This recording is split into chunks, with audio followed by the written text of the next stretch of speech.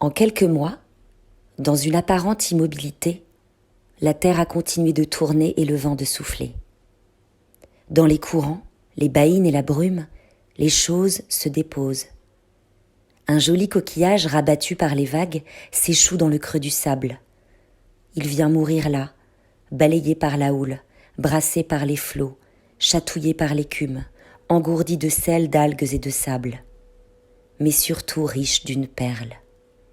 Désormais, sa demeure est l'estran, cette échancrure du littoral qui se couvre et se découvre au rythme des marées.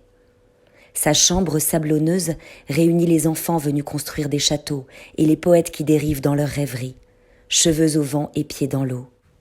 Son cœur bat maintenant dans cet estuaire, le ciel à perte de vue, l'horizon dégagé. À marée basse, un élégant marcheur le découvre, l'observe et le cueille. Il a vu la perle. Il sait que ce petit bijou de nacre est le fruit d'un long travail. Le regard caressant du curieux sur ce joli coquillage lui redonne tout son éclat. Sa parure se dore. Harponné, le coquillage se laisse volontiers choyer. Il vient de la mer et l'homme l'a chéri.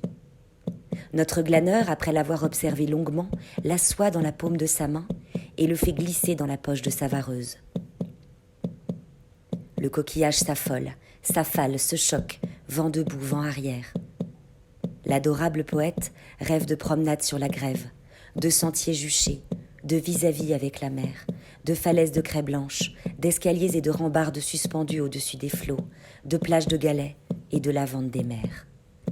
Le flambant dénicheur de trouvailles continue de rêver de trésors à déterrer, de mines et de prodiges, de cavernes d'Ali Baba.